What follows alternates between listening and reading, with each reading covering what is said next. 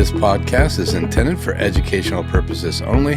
For our full disclosure, please visit us at nc-midwifery.com and our podcast page. I forgot about that. That's hilarious. Yeah. They were underneath the sheet you would put on top of the bed for the birth. You're like, where are my sheets? And everybody else was like, that's disgusting. You didn't birth on the bed. They were clean sheets. Why are you still sleeping on those sheets? Oh my goodness. I don't think you got out of bed for days.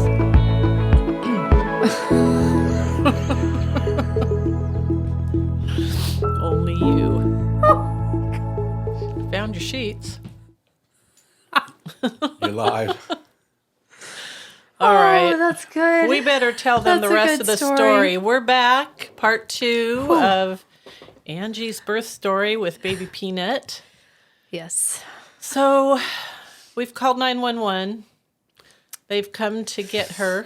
My baby is gone. My baby has They exited. stuffed her in a car seat, Yeah.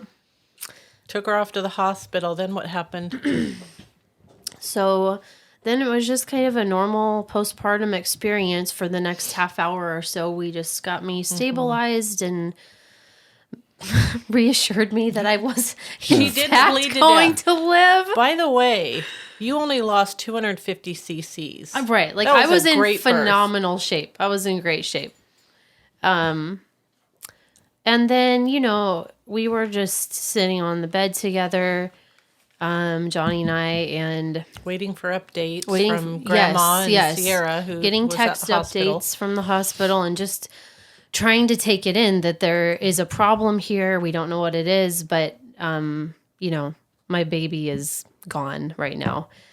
And Shannon was just cleaning up and doing her cleaning thing. And I then clean when I'm stressed. I should have do. known. Ask my husband. I should have known. He's like, what's bothering you? But she finally worked up the courage to say to us, and she said, guys, I just need to let you know that I think your baby has some markers for Down syndrome. And she said, the next thing she said was, I hope I'm wrong, but I just need to let you know that that's what I'm seeing. Mm-hmm. And I remember Johnny and I both just sat there for a second and then turned and looked at each other. And it was just this complete moment of silence. Did that thought come back to your head at that point when you had thought, she's funny looking? No. Well, no, not at all. And, this was such a learning experience, not just for life and as a parent, but as a midwife. Because, again, I think as a midwife, if that had been the birth I was doing, I wouldn't have caught that because it's not something I'm familiar with. And But so remember, as a midwife, doing low-risk home birth with low-risk moms, healthy babies, we are so trained to know what's normal and what looks normal, acts normal, appears normal, that when we see something that's outside that realm, we do notice it. Right. Yeah. You would have noticed. I'm sure I think I would have taken the same actions that you took as far as like getting baby on oxygen, that sort of thing. But I just wouldn't have known the way that you knew right when she came out. The scary thing for me, I guess, was because you don't know what's going on internally, and we had not had a fetal anatomy scan. You didn't want to have one of those.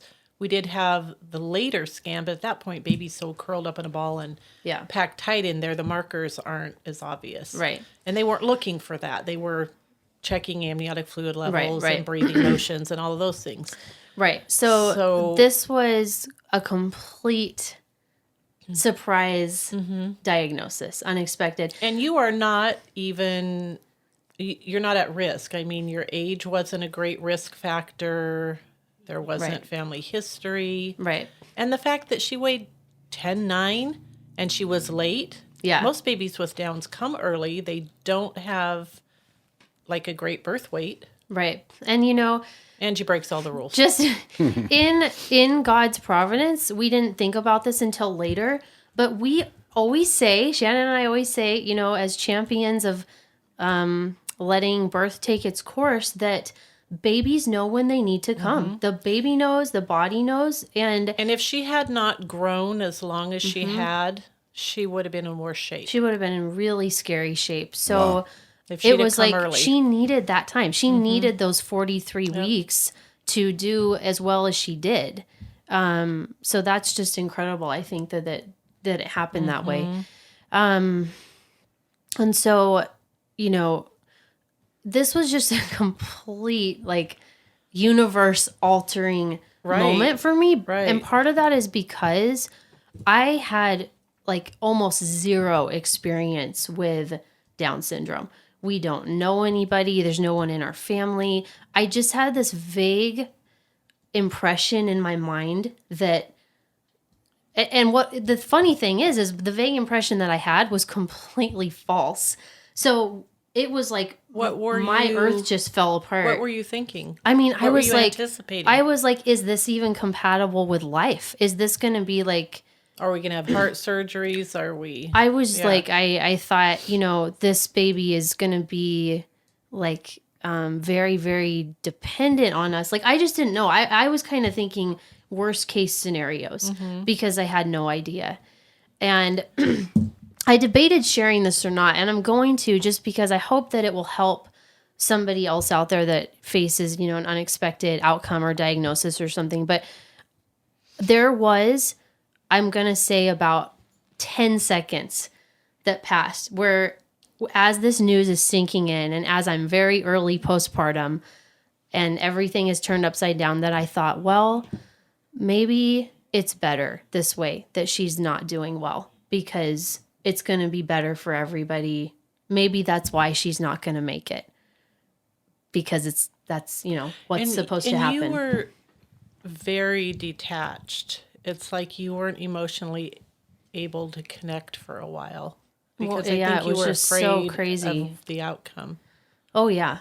Yeah. Well, and it was so surreal. So I'm just saying, like, as a true confession, true story, that there was that brief moment. So what emotion and I was will it? say it passed quickly. Well, it was just this sad resignation of like, but also in a weird way trying to comfort myself. Well, because we had no idea at this point whether she was going to live or die. And so it was like this moment of, well, if she doesn't make it, maybe that's better for everybody, because her life is going to be so difficult, you know? And so that was my 10-second thought. It quickly passed, and the maternal instinct started setting in of, this is my baby. Like, we have to fight for her life. And I need to be with my baby. I need to be with her. Yeah. And so, it was just a whirlwind moment. None of us had any idea what was going to happen. And, one of the things that was such a blessing, such a providence, was, we know a friend, that works at the NICU, and, she's a mom. And I, you know, when my brain started kind of clicking back into gear, I thought, you know, Johnny, we should call this person, because she was probably going to have some insight for us. I mean, the NICU is like a completely new thing for me. Well, and we know that you already have a real aversion to hospitals and some really bad experiences. Yes. Yes. So there's a little bit of fear there and anxiety about that. Yep. And so you know, honest to goodness, this person calls on the phone like 2 minutes later after I said that. And she wasn't supposed to work that day, but she just happened to get called in to fill in for somebody else. And so she was there to receive our baby into the NICU. Awesome. And it just was a balm. It just was a little piece of comfort in the middle of this situation, that someone was there praying over her. Somebody was there that we knew to have that personal touch. So that was really neat. Well, and this still was during the COVID era, where they were limiting how many guests could be there. I mean, what was it? A total of 3 people during the whole experience were allowed in and out. So it was only 2 outside of parents. Right. So you had to choose carefully. Yeah. And Grandma was already there, so obviously she was one of them. She counted as one. Right. Yep. Yeah, and so we had to call our kids onto the bed and share this news with them, and we had no clue what we were getting into. It's amazing how little we knew. I think it was hardest on your oldest. Oh yeah, she was devastated that the baby was gone, and we didn't know what was going to happen to her little sister. It was really rough. So did they ask questions just about what all this meant at the time? Do you remember? Yeah, they did. They were like, we told them that, she had this diagnosis of Down syndrome. We were pretty sure. And we said, we told them, we were like, we don't know what this means. Well, and they hadn't been able to actually test at the hospital, but just by looking and, Right. And the fact that symptoms. she was having breathing issues, which was probably related to the heart. And then they intubated her and sedated her right away, correct? Not right away, but eventually. Yeah. But so, we gathered our kids and told them, and we said, we don't know what this means, but this is the baby that God gave us, and we're going to love her. We're going to pray for her. We're going to fight for her life. And so they just took it in stride and let it sink in. And They've been awesome. they've been awesome. And I do want to say that, there would not have been a different outcome for her had she been born in the hospital. There's nothing different that could have happened, because and I've had to work through that too. When she got to the hospital, she was stable. They had her on oxygen, but she wasn't on any other support. It wasn't until, I don't know the exact time frame, half hour later. It wasn't until later that she kind of crashed, and they did end up intubating her. But you're right. Nothing else Having would been happen. born at home was not a cause of it. It wasn't the reason for it. Right. It wasn't, other than having to take a ride in the ambulance at such a tiny little age. Right. But yeah. But even that, the way that could have been avoided, I know. I almost And wonder now we now know, if we should but- have just taken her, But I think didn't know at that point No, we what all didn't was know. going on inside. Right. And it's crazy because at this point, Sierra texted me a couple pictures, and here's this baby that was supposed to be snuggling with us at home, and here she is across town in a, plastic cubicle with tubes connected to stuff. She had eye ointment in her eyes, so her eyes were all goopy. Her face is still puffy from the birth. And it was just this weirdest moment looking at these pictures, saying, like, that's not my baby. That's not my baby. Like, that can't be my baby. Yeah. It was just so weird. So fast forward, we struggled on through the day. I was not really in any shape yet to get up and go that night. So we got some sleep. And Johnny went the next morning to see her. So was your mom with her that? She was just with her for a couple hours, I think, until they got her in a room and settled. And then she came back. So sweet. I just, also having this news, like with her diagnosis, we didn't broadcast her birth. It was this, and this is really common, I think, because I've read like dozens, if not 100, Down syndrome birth stories now. But it's just like, do we tell people? Like, are they going to be happy? Are they going to celebrate? Or is it like, do we not tell people? And I remember my mom came home from the hospital with a bouquet of flowers and a balloon, just like she would have at any of our other births. And it just was like, just touched me, because sweet. I was just, could make me cry thinking about it, that she was She's celebrating. happy. She was welcoming this baby. And I texted some friends of ours that we knew from years ago in Minneapolis, dear family, and I knew that I needed to choose carefully the first people that I told about this. And they texted back right away. And, here I am just like laying my heart on the line. Like, we had this baby. She has Down syndrome. And they texted back and said, I hope you know that you won the lottery. And we are so thrilled for you. And I just was like, exactly what I needed to hear at that moment. And and God knew that she needed your family because he knew that you would fight for her. yeah, and now I know that it's true. But at the time I just received it. It was like, wow, thank you, for celebrating this birth with us. So the next day I got myself to the hospital. It was, again, just every step was so hard and so surreal because this was not the experience that we had planned. It was nothing like I've ever experienced before. And I'm in rough shape. I'm still recovering.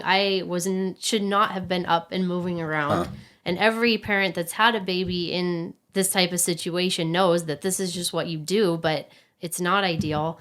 And it was the COVID era. And so we had to completely gown up from top to bottom, gloves. So here I am reuniting with my baby for the first time since the birth, and I can't hold her. I can just barely touch her. She was in, I forget what it's called, low stimulation environment, to keep them calm and quiet and not let their breathing revert back now, to had womb. they done testing at that point, done a heart scan and all the different things? Oh, yeah, I think they had done some things, but I don't think anything was conclusive yet. And you don't get a genetic test back for it takes a weeks. long time. But everyone just assumed and kind of knew from the look and the way the lungs are shaped and everything that that she had Down syndrome. So obviously those things, what are some of the telltale signs then for people out there that are just curious about what you see? Well, the first thing you notice is a little bit of a flatter face, chubby hands with short fingers, and we all typically have 3 lines or creases in the palm of our hand, and a baby with Down usually just has the 1 crease. We should tell people Ears just so they know. Lower than the eyes, so our ears, how the top of Angie's ear, turn around a minute. Yeah. See? Level with her eyes. Is up here, but you might see the top of the ear down here. The lower set. And small ears. And also the thicker neck. Kind of a chubby, fatty roll across the back of the neck. Poor tone. Yeah, floppier. So you can actually almost Barrel tell without the chested a little genetic bit. test, but you don't know what. I mean, there's what the physical signs, but it's not confirmed until they get the genetic testing back. Because there's other things that can have some of the same looking symptoms. And I should have written this down more clearly for our audience, but just for anybody out there that doesn't know, Down syndrome is trisomy 21. It's the most common form of genetic quirk out there. It's a 3rd copy of the 21st chromosome. And it produces just kind of these physical traits that you can spot and look kind of similar. And then there's often heart defects that go along with that. We had another Downs baby several years back, and he actually had to have heart surgery right away. Wow. Yeah.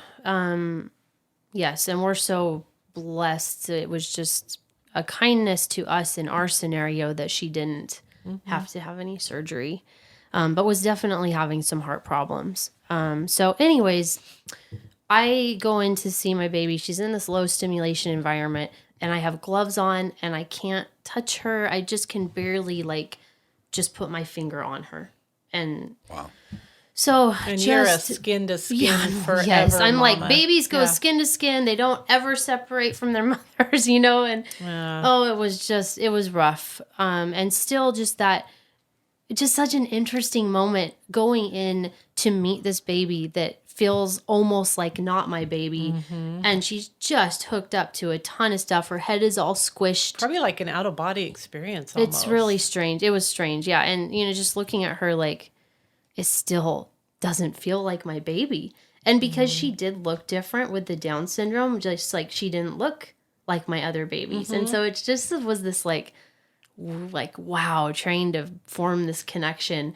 But over the days, we went and visited, over the next couple of days, visited every day. And with each passing day, of course, that maternal bond is kicking in. And especially when she started doing worse medically, we just started fighting for her life. We were praying We texted everyone that we knew under the sun We're to all be praying. praying. She had an army of prayer warriors behind her. And a couple days in, they called us at home at night and said she has maxed out on her support that we can give her here. And we're calling the life flight to send her to Spokane. And it was just like, oh my goodness, I'm still early postpartum. I'm not getting around very well.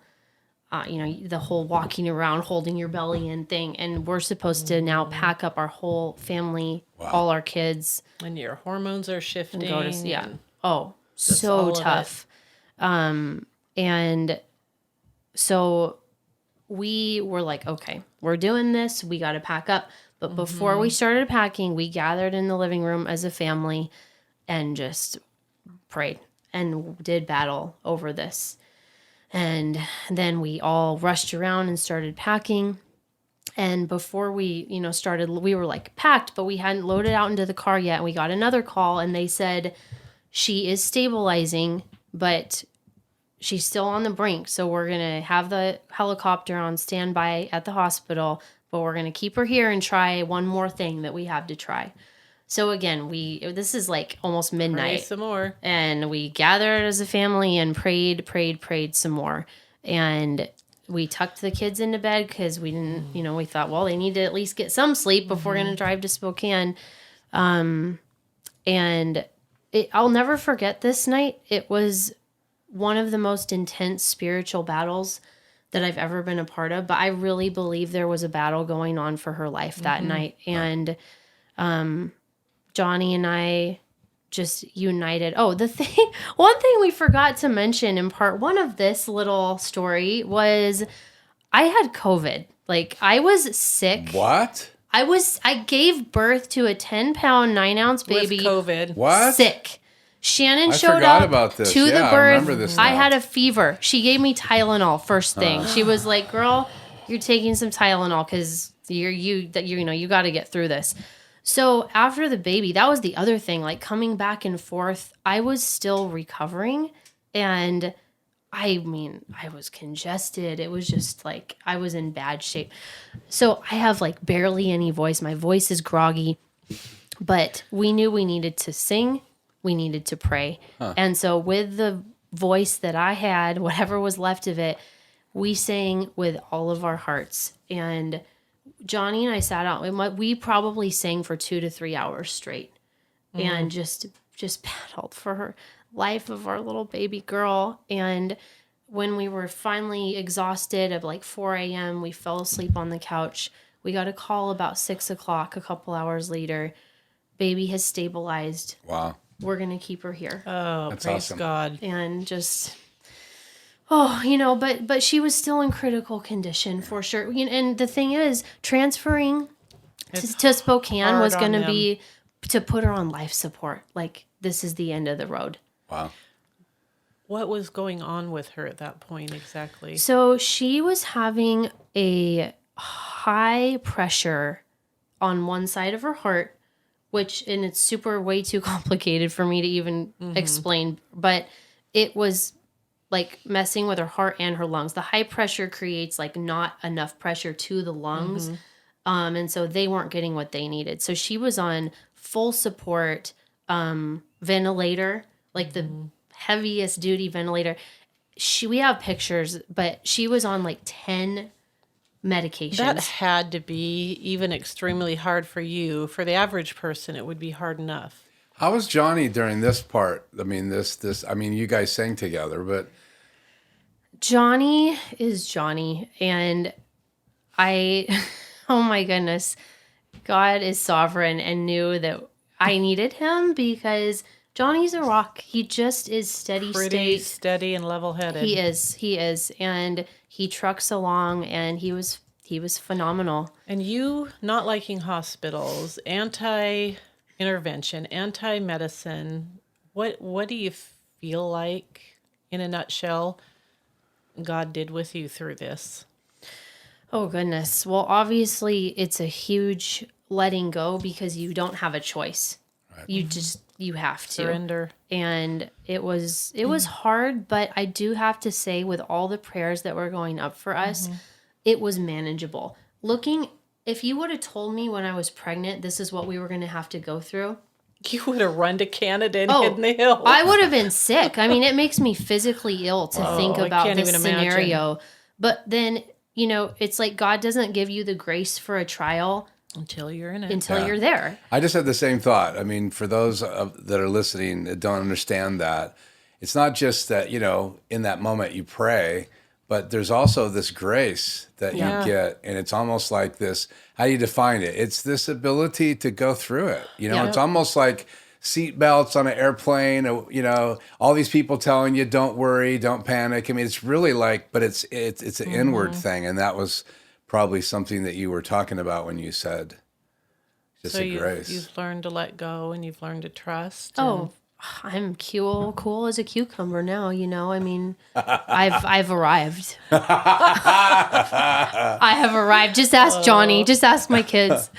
And for those that don't know, we do have a podcast with the husbands on it, so you can. We'll put a link so you can meet Johnny. You can meet Johnny.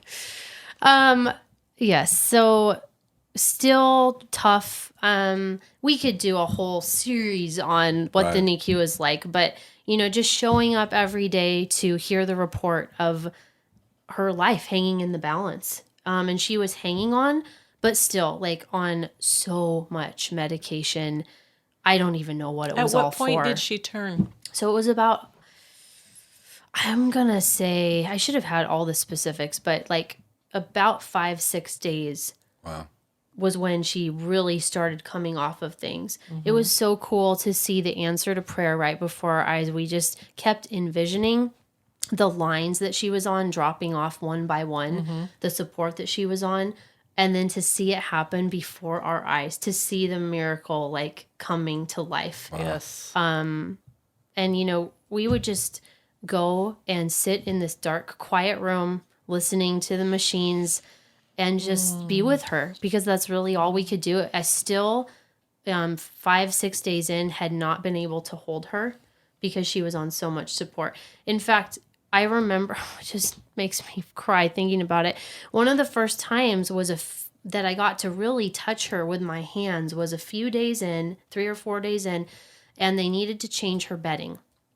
And she, she's intubated, so they have to be super careful moving somebody. So there were 4 of us. Also, she was so big. People in the NICU are used to preemies, little tiny children, and they are just all this baby's huge. What do we do? So they have to lift her with all this support. And they asked me if I wanted to help, which it's night and day experience being home and doing everything to care for your baby, and then being in the hospital and you feeling didn't know what to do with yourself. No, I was I can't change her diaper. I can't I don't. I have to ask permission to touch her. So weird. And so I got to be one of the lifters that helped lift her up while they changed her bedding and checked her tube and everything, and it was one of the most connecting things that had happened at this point, because I got to have my hands on her. And while I was there talking to her, which was, like I said, we were whispering to her. I felt like she didn't even know who we were because we had so little interaction. And the lights were on for one of the first times, so I got to see her. And one of the nurses said, "Oh, she knows Mama's voice." Yeah. And I have a picture of her. And poor little thing broke my heart, but she was so sedated and so groggy because she was on all this medication. But she rolled her little eyes over and looked at me. And looking back on those pictures just makes me cry because, to have someone else verify and say, "Look at her. She knows Mama's voice. She knows that's where awesome. You are. She knows that you're here." Do you think that's when you started really feeling connected again? Probably was one of the times. Yeah, it was just it was so heartbreaking that to see her so sedated, but it was also she's trying. She's trying to connect. And the other thing that was so interesting about this experience for me was pumping. Adventures You've in never been a pumping pumper could be before. also a whole podcast. Another podcast. But you know, in all the things that we got taken away from what we had hoped for in this birth, I was like tenaciously holding on to breastfeeding. That was also another big question mark because some kiddos with Downs have a really tough time breastfeeding because of the low tone. Yeah. They just really have a hard time latching. They may not have the strength for it at first. Most of them can. I do want to say that. But when we first got to the NICU and asked them about that, they were not super positive. They just kind of left it as a big question mark. Like, we'll see, but we're not going to promise you anything. So we were praying about this. I was pumping to get my supply up. She wasn't eating anything at this point, even through the tube. She wasn't ready for it yet because of all the health issues. But How much weight did she lose? I think a normal amount, honestly. She didn't get too low. And that was another blessing.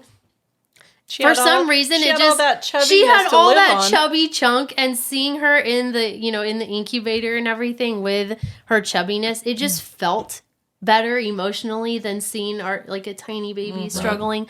It just felt like she was a little beefier. She was ready to fight. She was fighting, yes. And so, going back and forth to the hospital with all the pumping gear and, you can only explain it really. Someone can only understand if they've lived it and done it. But man, It's a full-time job. it was a full-time job and it was tough. And, but again, it was like grace for the moment because guys, honestly, with all my other babies, I can't pump. Like I have a ton of milk. But I, for whatever reason, I can't get, it's just like it only comes for the baby. And so I was worried, like, I have to do this to keep the milk supply up, but is it going to work? And it was like, it was just the thing. And it came and it worked. And so I think finally, we were seeing the medications drop off. She turned that corner. She finally was off her stuff and just on a little bit of oxygen support. And they said, we're going to wean her off of the oxygen over the next few days. And it was at that point when she was only on the oxygen that we were finally, I think, day 7, able to pick her up and hold her. Wow. I wasn't able to do skin to skin the first time because it was going to be too much logistically, but got to hold her. Look at her. I have pictures of her like your baby looking up at me. Oh, for sure. Yeah. Felt like my baby. We'd been fighting for her life at this point. And so, that was a milestone. And then I think the sweetest, moment was when we finally the next day got to do skin to skin. And it just felt like coming full circle. For the most part, didn't you hold her like that just as much as you absolutely could for days? Definitely. I mean, we would go home, we'd go to the hospital at night because it was quieter. It was, we got to sleep a little bit during the day and spend a little time with the kids. And then we would go and spend as long as we could. Johnny would go during the morning. So there was almost always someone there with her, but I was going at nights and we couldn't nurse at that point, but I would just go and hold her on me and do as much skin to skin as possible. I was still pumping. We were giving her little swabs of milk in her mouth. But as soon as she started being able to take a feeding tube, she had my milk from the beginning. And all that good colostrum. Yes. And glory to God, she has only had breast milk her whole life. Ever. Wow. Which is just such a triumph. It was something sweet that got blessed, got gifted to us in the middle of all of this upheaval. And so another moment that I look back on that makes me almost just tear up is, I was holding her and snuggling her. It was late at night. They had told us she's not really strong enough to breastfeed yet. She was off of her oxygen, I think, at this point, but still had the feeding tube. But they said, she's not really strong enough yet. But I was holding her skin to skin, just snuggling, sitting there late at night, and she starts looking around. And looking for food. I was like, this is my 4th baby. I know this look. I know these sounds. I know where this is going. And I couldn't help myself. It was just instinctual. And again, you guys thinking about this, like, this is the big moment. Like, this is like, is this baby going to be able to do this or not? She latched right on and started sucking. Woohoo. And I was like, and Johnny was sleeping in a chair next to me. And I was like, Johnny, she's nursing. Like, she's nursing. And I was, and you know, we didn't know what to do because they had told us you can't do this. And so he was like, okay, well, I was like, maybe get the nurse. And, you know, and so he goes out and asks and said, you know, can we do this? And she said, well, as long as her stats look good, you know, so she was nursing and it was so kind of awesome. Start, but that's what they do when they're brand new. Yeah. I was elated. Like, it was just amazing. So sweet. And those pictures were so sweet. I know you sent me a picture. So sweet. So good. And, you know, at that point, we entered into a whole different phase of our NICU experience, which I'm just going to have to say is like a story for another day and another time. Because the first week when she was fighting for her life was kind of one experience. And then she ended up being there for another 3 weeks. Which was totally a different thing. So we're just going to put a pin on that one and save it for later. So tell us where things are at now. Yeah, so I wanted to hear 14 months today. out. What's going on? What is she doing? Where is Peanut? How is she developing? So I just want to say that a lot of Downs kiddos, even if they are able to breastfeed, they kind of do a combo. A lot of them definitely cannot leave the hospital without some kind of feeding tube support. She was able to leave at, you know, almost 4 weeks by that point, exclusively breastfeeding. She was gaining weight perfectly, beautifully, no oxygen support. Like, we took our baby home. And oh my goodness, this is probably going to be the longest podcast ever, but I have to tell this story. When we found out that we were pregnant with her, we did a treasure hunt for the kids, and they found like a picture of a baby at the end, and that's how we told them. So we ended up transferring to Spokane, and like I said, whole different story. But we're in the NICU in Spokane, and my family, the kids are with my mom in a hotel room. And we were there for 2 days. And they cleared us to go home. We had nothing. Like, we had no baby clothes, no baby anything. We had no idea we were going to be going home so soon. And so we borrowed clothes from the NICU to discharge, and we're driving like with our baby in the baby car seat out to go to the hotel and meet our family. And it was like so surreal. Like, our baby's here. We felt like first time parents. Yeah. We were like, what do we do? Like, we have the baby and we're the parents and we're in charge. It was just like so crazy. And in the 10 minutes between the hospital and the hotel, I had this light bulb moment of, we're going to do a treasure hunt. You didn't. So I wrote out the treasure hunt pieces really quickly, maybe like 6 or 7 of them. And when we parked, we didn't tell anyone that we were coming. You didn't even tell your mom? My family did not know that the baby was discharged. And so this is how fast it happened. Not even your mom. No one knew. Wow. No one on the planet besides Johnny and I. And so we have the baby, and we park in the hotel. He goes and quick does the treasure hunt, which was so fun because we involved the front desk and the staff and everything. And so the kids go and do this treasure hunt, and I'm sitting there with the baby in the car, and at the end of it, they get to open the door, and there's their baby what did sister. They do? Did My you get a mom was picture? like millisecond lightning burst into tears. Wow. And the kids were just like in shock, and I hope you have pictures of that. we didn't. We didn't. We should have got a video. Should have put the video. Oh, on. it was priceless. There's so many great stories in this story. It was so fun because then we're walking through the hotel. There's like a line of people. Everyone, because but all the all guests, involved. Everyone behind the front desk, and they were like, "Oh, your baby's so adorable." They thought it was the funnest thing ever. Oh, how fun. And so, that was such a fun moment. But she was able to come home without any support. She had a follow-up echocardiogram about a month later. It was totally clear. She was cleared for normal activities. Totally breastfed. She has been cruising, you guys. And tell us what milestones she's hit. She's done everything. She hit all of her milestones on the normal chart, like not even the accommodating for Down syndrome chart, like or rolling smiling, over, rolling over, sitting up, crawling kind of thing.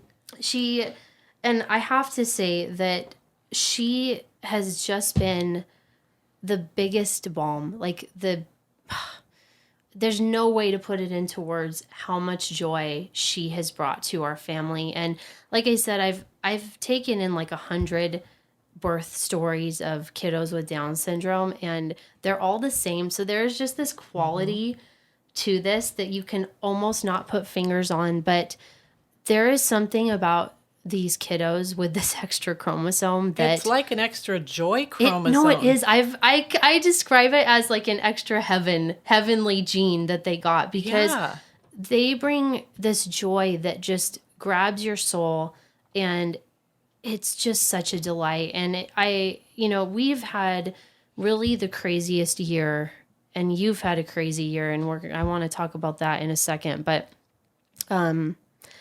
we lost Johnny's mom this year. She passed away, and there have been so many crazy things that have happened with other kids and health issues. And through it all, our sweet little girl has just been the consistent joy. And it's just hard to put into words, but I think in our modern American culture that sometimes is not very pro-kid in general, and definitely is not pro-Down syndrome, because these babies are being aborted. Yep. And that's really the sad truth. Sad. But the thing is, I think there's just an assault out on them because...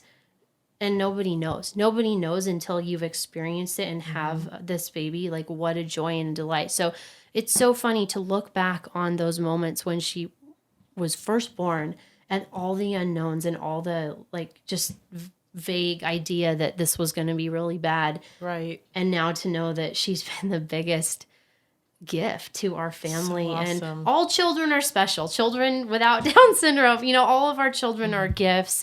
But she just has this special little unique gift that she has been to us. And she's so adorable. We couldn't be more thrilled. And awesome. I would do it again in a heartbeat. Like, I would not think twice. Like, I would adopt a baby with Down syndrome because they're just phenomenal. Yeah, I think if you pulled away all the fear that you went through and just the unknown, it sounds to me like there's so many good moments in this story, including today. Right. Yes, absolutely. I think I do want to just concentrate this podcast on you and end it with telling us what's going on in your life in general right now, because you just made a major decision. Yes, we did. And how midwifery filters into all of that. Yes, yeah. So it, from a midwifery standpoint, the birth, just having a baby in general, and then, all the extra things that came along with her birth, it just feels a little bit like whiplash. Because one of the things it's kind of all been on hold. Yeah. One of the things I forgot to say in the part 1 of this story was when I was big pregnant, like a couple months away, but looking like I had triplets, is when I took my test, my norm test for, midwifery board exam, basically. Like the biggest test I've ever taken in my life, and finished my midwifery degree, right? Like, yay! But it was this like, kind of experience, because I finished and we worked so hard to get me there, and then I had a baby, and I've done nothing with midwifery. So definitely on this long break, which is okay. It is what it is. It's the timing that it is, but it definitely was a little bit of a whiplash experience, being in it full time and then taking a break. But we have moved to Idaho. What? Which has been, I had no clue. I did. Surprise. And it's like, it's so hard. I feel like I'm living almost a dual life, because the family side of it, the homeschool side of it, all the things, are wonderful, have lined up so well. And then the midwifery piece of it is just feels like hanging and feels Can you sad. tell us much about that? About like kind of what you've looked into in Idaho and what you found? With midwifery? Yeah. There is a thriving home birth community where we are, so that's good news. I'm still in the process of connecting with midwives there so I can keep up my birth skills.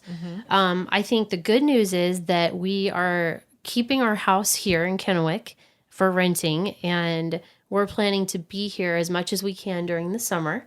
So I am gonna... So not actually renting, but Airbnb. Airbnb, yes. So that we can take come it when in. you want it. Yep, we're gonna pop back and... So I didn't really lose her. No, it's definitely not the same, but it hasn't been the same really since she was born anyways. So it has been a tough transition really for both of us, I think. But I'm hopeful moving forward for staying connected and keeping the podcast going if we can cajole Shannon into doing that. And but I'm gonna jump in on some births with her and Sierra over the summer. It's awesome. I would still love to be able to take clients here in summer times and stay connected here. I've got all kinds of them in October. Yeah, so I don't know what happened. What was 9 months before October? Don't know. March, April. So, But we have, January? I think we have broke records today with this podcast, but we haven't had one in so long except for part one. that's true. It's great. And this was we had a lot to catch Been up waiting on. to hear your story. Yeah. Well, So- we sure missed you. Well, I have missed being in the swing of things. It's just not the same. I know. We've been doing this together for almost 6 years all together. And man, it's like you feel like you spend almost every waking moment together when I you're had a doing hard time prenatals. with And it. it is an interesting thing. But like I said, I am really hopeful that we're going to continue collaborating moving forward and keep this good thing going that we Also have. known as Angie nagging Shannon about doing podcasts until Yes. she finally gives in. Yep, that's how it goes. So, do you have anything you'd like to say before we end this long podcast? This long podcast. I would just like to say that if you face now or in the future an unexpected outcome, I hope that this story can give you hope that there not only is grace if you receive it and seek it for whatever scenario and situation, but that if you ever do especially have a baby with health issues or special needs or just something that was not in the game plan that you're having trouble connecting with, that it will happen. It will come. And wow, just that they're such a blessing. Children are a gift from the Lord, and they are filled with joy, all of them.